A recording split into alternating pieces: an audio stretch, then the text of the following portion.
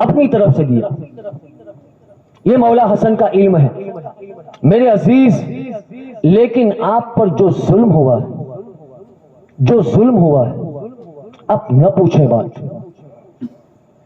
آپ نے خلافت کو ترک کیا. جیسے ہی آپ نے ترک کیا لوگ آپ کو تانوں کا نشانہ بنانے لگے, معاذاللہ آپ کو بزدل کہنے لگے. آپ جب گلی کوچوں سے نکلتے کہ یہ بزدل تھا, اس لیے اس نے خلافت کو چھوڑ دیا. آپ صبر کرتے, کوئی جواب نہیں دیتے, آپ بڑے غمگین رہتے. آپ کے گھر والوں نے کہا حضور آپ ایک کام کیجئے, مدینہ کو چھوڑ کر کسی دوسرے علاقے میں چلے جائیے جہاں پر آپ کو آرام ملے. آپ بڑے غمگین رہتے ہیں. تو میرے عزیز, مدینہ میں جب آپ رہ رہے تھے, یہ سارے معاملات چل رہے تھے, دمشق کے لوگ آپ کو بڑے چاہتے تھے. تو دمشق کے لوگوں نے بڑا اصرار کیا کہ حضور آپ ایک کام کریں, آپ یہاں پر تشریف لے آئے. جب سارے لوگوں نے کہا, گھر والوں نے کہا, آپ نے کہا ٹھیک ہے چلو ہم دمشق چلتے ہیں. اب آپ دمشق کے لیے نکلے تو راستے میں ایک جگہ پڑتی ہے جس کا نام ہے موصل. تو موصل ہوتے ہوئے ہم نکلیں گے, اور وہاں پر ان کے ایک بہت چاہنے والے تھے مولا حسن کے, جن کا نام تھا حضرت سعد موصلی. آپ ان کے گھر گئے, وہاں سے پھر دمشق گئے, اور دمشق سے جب پلٹے تو ایک اندھا شخص تھا, آنکھوں سے نابینا. یہ بھی آپ سے بڑی محبت کرتا تھا. اس نے دعوت دی کہ حضور آپ 2-4 دن میرے گھر رہے.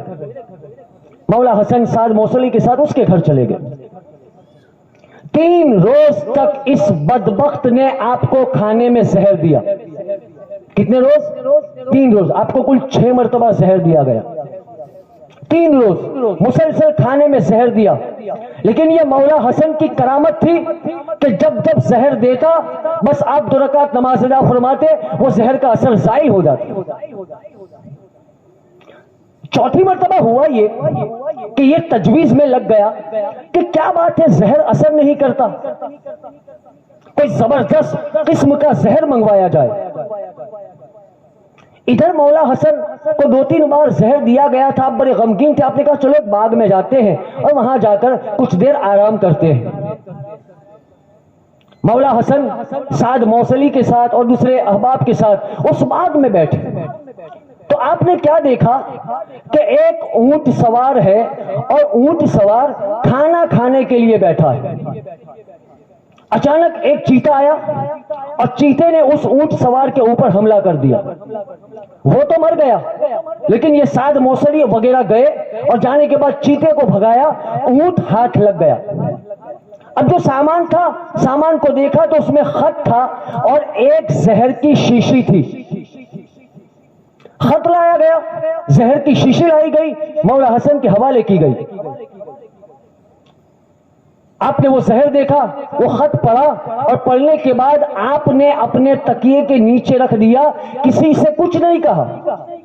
سعد موصلی نے بھی کہا کہ حضور بتائیں یہ کس کی طرف سے خط آیا, یہ کس نے لکھا ہے؟ آپ نے کہا چھوڑو, یہ میرا مہمان ہے, یہ میں اس کا مہمان ہوں, یہ میرا میزبان ہے, اور میں نہیں چاہتا کہ میری وجہ سے یا میرے کسی بھی امر کی وجہ سے میرا میزبان شرمندہ ہو, میں نہیں چاہتا. آپ نے اپنے تکیے کے نیچے رکھ دیا. سعد موصلی کہتے ہیں کہ مجھ سے نہ رہا گیا, میں بہت بے چین اور بے قرار رہا. آخرکار جب امام آرام فرمانے لگے تو میں نے دھیرے سے تکیے کے نیچے سے وہ خط نکالا. رب کعبہ کی قسم اٹھا کے کہتا ہوں, جب میں خط پڑھنے لگا میری آنکھوں سے آنسو جاری ہو گئے اور میرا جسم کانپنے لگا کہ یہ ظلم اہل بیت کے ساتھ, اتنا تشدد, اتنا بغض, اتنا عناد کیا بگاڑا ہے. ارے جس نبی نے یہ جو دین پہنچا ہے اس دین کو پھیلانے کے لیے پتھر کھائے, ان کے جسم پر اوجڑیاں رکھی گئی, ظلم و تشدد ان کی ذات پر کیا گیا. آج نبی نے نہ تمہارے پاس دولت مانگی, نہ بنگلے مانگے, نہ تمہاری جائیدادیں مانگی. اگر مانگا تو صرف یہ مانگا کہ میری آل سے محبت کرو, اس آل کے ساتھ یہ ظلم. آپ کہتے ہیں سعد موصلی مجھے بڑا جلال آ گیا, بڑا غصہ آیا. تو اس اندھے کو میں چھوڑوں گا نہیں، جب پکڑ کے سب پوچھوں گا کہ کہاں سے آیا ہے، کس نے بھیجا ہے، کیا دشمنی ہے تجھے۔ مولا حسن نے روک دیا، لیکن مجھ سے نہ رہا گیا۔ میں نے اس کو وہاں سے لیا اور اکیلے میں لے گیا، اور ہم 2-4 لوگ تھے۔ لے جانے کے بعد میں نے کہا سچ بتا کہ تو نے کتنی بار زہر دیا؟ کہ نہیں میں نے نہیں دیا ہے، مجھے نہیں پتا ہے، مجھے اس سواری کے بارے میں کچھ نہیں پتا، سوار کے بارے میں، زہر کے بارے میں، خط کے بارے میں مجھے کچھ نہیں پتا۔ تو کہا کہ جو 4-5 لوگ میرے ساتھ تھے انہوں نے اتنی جم کے کٹائی کی اس کی کہ وہ وہیں مر گیا اور واصل جہنم ہوا۔ اس کے بعد مولا حسن نے کہا کہ اب میں مدینہ منورہ واپس جانا چاہتا ہوں۔ اب واپس مدینہ منورہ آئے۔ آنے کے بعد ہوا یہ کہ آپ کو شہد کے اندر زہر دیا گیا، پھر آپ کو کھجوروں کے اندر زہر دیا گیا۔ آپ زہر والی کھجور کھاتے یا شہد کو پیتے تو پینے کے بعد جب زہر اثر کرنا شروع کرتا آپ سیدھے نانا جان کے روزے پر چلے جاتے اور روزے کی خاک کو لیتے اور اپنے سینے پر ملتے، شفا ہو جاتی۔ جب کھجوریں کھائی تو آپ نے اپنی بیوی سے پوچھا بھی کہ کیا بات ہے، ایسا کیا تھا اس میں؟ کہ مجھے پتا نہیں، میں نے بھی کھائی ہے۔ اب کچھ دن مولا حسن مدینہ منورہ میں رہے۔ اس کے بعد پھر آپ نے اپنے گھر والوں سے کہا میں موصل جانا چاہتا ہوں۔ کہا ٹھیک ہے۔ اب آپ کے ساتھ جو تھے وہ عبداللہ ابن عباس تھے۔ آپ ساتھ موصلی کے وہاں گئے اور وہاں ایک مقام پر رکے، اور رکنے کے بعد ظہر کی نماز کے بعد آپ کے ایک دوست، آپ کے ایک چاہنے والے کی دکان تھی، تو آپ دکان پر کچھ دیر بیٹھنے کے لیے گئے۔ جب دکان پر بیٹھے لوگوں کا ہجوم لگ گیا، لوگ ذوق در ذوق آپ سے ملنے کے لیے آنے لگے۔ ایک اندھا تھا جو بڑا بغض رکھتا تھا، بہت بغض۔ اس نے اپنی چھری کو زہر میں بجھایا ہوا تھا اور نیچے سے نوکدار رکھا تھا۔ وہ چھری لے کر آیا، کہاں ہے ابن رسول، کہاں ہے ابن رسول، میں بڑی محبت کرتا ہوں، میں بہت پیار کرتا ہوں، مجھے ان سے ملنے دیا جائے۔ مولا حسن نے فرمایا آنے دو۔ یہ آیا، جیسے ہی مولا حسن کے پاس آیا اس نے اپنی چھری زور سے مولا حسن کے پیر میں دبا دی۔ مولا حسن کی چیخ نکل گئی۔ کہا کیا ہوا؟ تو مجھے کوئی چیز لگی ہے۔ کچھ ہی دیر میں خون جاری ہو گیا اور آپ کے پورے پاؤں مبارک میں ورم آ گیا، سوجن آ گئی، اس اندھے کو پکڑ لیا گیا۔ مولا حسن نے فرمایا نہیں، اس کو چھوڑ دو، جانے دو۔ اسے چھوڑا گیا۔ آپ کے پیر میں سوجن بڑھتی گئی، لوگ بڑے بے چین ہوئے، بے قرار ہوئے، بہت پریشان ہوئے۔ حاکم کو بلایا، حاکم نے علاج کیا اور علاج کرنے کے بعد کہا کہ یہ زہر میں بجھی ہوئی کسی شے سے آپ کو جان بوجھ کر زخم دیا گیا۔ اتنا بغض نبی کے نواسوں کے ساتھ، اتنا عناد۔ ارے کوئی سائل آتا تو لاکھوں درہم و دنانیر دے دیتے۔ ارے ہم کیا سمجھتے ہیں یہ جو ہماری آنکھیں ہیں یہ ان کے نانا کا صدقہ ہے، یہ جو سر میں بال اگتے ہیں یہ اہل بیت کے نانا کا صدقہ ہے، یہ جو ہم چل پا رہے ہیں یہ حسنین کریمین کے نانا کا صدقہ ہے، یہ آج جو اللہ اللہ کا ذکر کرتے ہیں یہ حسنین کریمین کے نانا کا صدقہ ہے۔ انہی کے نانا نے کہا کہ میری آل سے محبت کرو، میری آل سے محبت کرو، میں تم سے کچھ نہیں مانگتا۔ لیکن کیا کیا قوم نے؟ ایسا زخم دیا۔ اس کے بعد وہ اندھا جب اس کو چھوڑا تو بہت تیزی سے چلا گیا، بہت تیزی سے۔ حضرت عبداللہ ابن عباس کہتے کہ ایک دن میں سعد موصلی کے وہاں جا رہا تھا تو اچانک مجھے یہ اندھا دکھا جو اپنی چھڑی لے کر جا رہا تھا۔ میں نے جا کے اسے پکڑ لیا اور پکڑنے کے بعد اس سے پوچھ تاچھ کی کہ تو نے ایسا کیا کیا، میرے سرکار سے تجھے اتنا بغض کیوں ہے؟ کہ مجھے ان سے بغض نہیں ہے۔ کہ مولا علی سے ہے؟ کہ نہیں ان سے بھی نہیں ہے۔ کہ امام حسن سے تجھے کیا دشمنی ہے؟ وہ کچھ نہیں بولا۔ مجھے غصہ آیا، میں نے اس کی چھڑی لی اور چھڑی اتنے زور سے اس کے سر میں ماری کہ اس کے سر کا ٹکڑا ہو گیا۔ میں آیا تھا حضور، میں نے اس کا کام تمام کر دیا.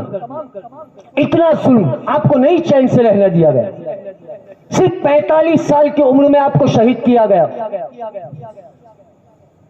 اب گھر آئے، اب مولا حسین آپ کے کھانے پینے ہر چیز کا خیال رکھنے لگے. جس سراہی میں پانی دیا جاتا ہے، جو جگ ہوتا ہے کہ نہیں ہمارے پلنگ کے نیچے جس میں ہم پانی پیتے ہیں، اسے ایک باریک کپڑے سے سیل مار کے پیک کر دیا گیا کہ اس میں کوئی چیز ڈال نہ سکے. اب زہر پہنچا، کیسے پہنچا، کس نے دیا، مولا حسن نے نام نہیں بتایا تو میں نہیں بتا سکتا. ایک رات آپ نے خواب دیکھا کہ آپ کی پیشانی کے درمیان قل هو اللہ احد کی صورت لکھی ہوئی. آپ نے اپنی بہن زینب کو بلایا اور کہا بہن میں نے خواب دیکھا کہ میری پیشانی کے پاس قل هو اللہ احد کی صورت لکھی ہوئی. کہ جلدی سے وضو کے لیے پانی لاؤ، میں نماز پڑھنا چاہتا ہوں. آپ وضو کے لیے پانی لینے کے لیے گئی، اتنا باریک پیسا ہوا زہر قاتل اس کپڑے کے اوپر ڈال دیا گیا اور کپڑے کی باریکی سے وہ جگ کے اندر چلا گیا اور جس سے مہر بھی نہیں ٹوٹی. آپ وضو کے بعد وہ پانی پیتے ہیں، آپ کی چیخ نکل جاتی ہے کہ یا اللہ، کہ بھائی کیا ہوا، کہ جلدی سے میرے بھائی حسین کو بلاؤ، مجھے ایسا لگتا ہے کہ میرے کلیجے کے ٹکڑے ہو جائیں گے. اتنا ظلم، اتنی دشمنی، کیا بگاڑا ہے اہل بیت نے، کیا بگاڑا ہے نبی کے بچوں نے. ارے کوئی جانور کو حد سے زیادہ مارتا ہے تو ہمیں رحم آ جاتا ہے کہ ایک جانور کے اوپر ایسا ظلم کرتے ہو. یہ نبی کے نواسے ہیں. ارے کندھے پر بٹھا کے تمہیں بتایا یہ کیا ہے، لعاب چسا کے بتایا یہ کیا ہے. ارے خطبے میں تو اور میں نہ بات کر سکتے ہیں نہ اٹھ سکتے ہیں، نبی نے خطبہ چھوڑ کے بتایا یہ کیا ہے. یہ ظلم ان کے ساتھ ایک بار سے جی نہیں بھرا، 2 بار سے جی نہیں بھرا، 3 بار سے جی نہیں بھرا، 6 بار. جنہوں نے چین دیا، سکون دیا، آج ہمارے بچے چین اور سکون سے ہیں. یہ حسنین کریمین کا صدقہ ہے. ان کا چین چھینا گیا، ان کا سکون چھینا گیا. میرے عزیز مولا حسن کہتے ہیں میرے بھائی حسین کو بلاؤ. امام حسین دوڑ کے آئے، کہا بھائی کیا ہوا ہے، کہ لگتا ہے میں اب بچوں گا نہیں. کہا بھائی ہوا کیا ہے، کہ مجھے ایسا لگتا ہے کہ میرے جسم کی آنٹیں اور کلیجہ جیسے کٹ کٹ کے باہر آنے والا ہے. مولا حسین نے جلدی سے وہ جو جگ تھا اسے پکڑا اور پکڑنے کے بعد کا سل بھی برابر ہے، یہ بھی ٹوٹی نہیں ہے. میں پی کے چیک کرتا ہوں. مولا حسن نے ہاتھ مارا، جب ہاتھ مارا وہ جگ، وہ سراہی جب نیچے گری اور ٹوٹی، وہ پانی جب زمین پر گیا تو زمین پھٹ گئی. اتنا قاتل زہر، آج جن کے صدقے میں یہ کھچڑا ہمیں نصیب ہوگا، یہ بریانیاں ہمیں نصیب ہوتی ہے، ہماری بچوں کے شادیاں ہوتی ہے. ہم بڑے فخر سے کہتے ہیں ہم سنی مسلمان ہیں. جنہوں نے یہ دین، یہ مذہب ہمیں دیا، اتنی عظیم قربانیاں دی اس خانوادے نے، یہ ظلم ان کے ساتھ، یہ تشدد. مولا حسن نے کہا بہن زینب جلدی سے کوئی کشت لاؤ، کوئی تھال لاؤ. تھال لایا گیا. آپ نے جب قے کی، الٹی کی تو راوی کا بیان ہے کہ 70 کلیجے اور آنٹ کے 70 یا 100 ٹکڑے کٹ کے باہر آئے، کٹ کے باہر آ گئے. مولا حسین کی آنکھ میں آنسو آ گئے. کہ بھائی یہ کیا ہو رہا ہے، کہ مجھے کچھ پتہ نہیں چل رہا یہ کیا ہو رہا ہے. یہ میرے حاسدین کیوں میرے پیچھے پڑے ہیں، یہ میرے دشمن کیوں میرے پیچھے پڑے ہیں.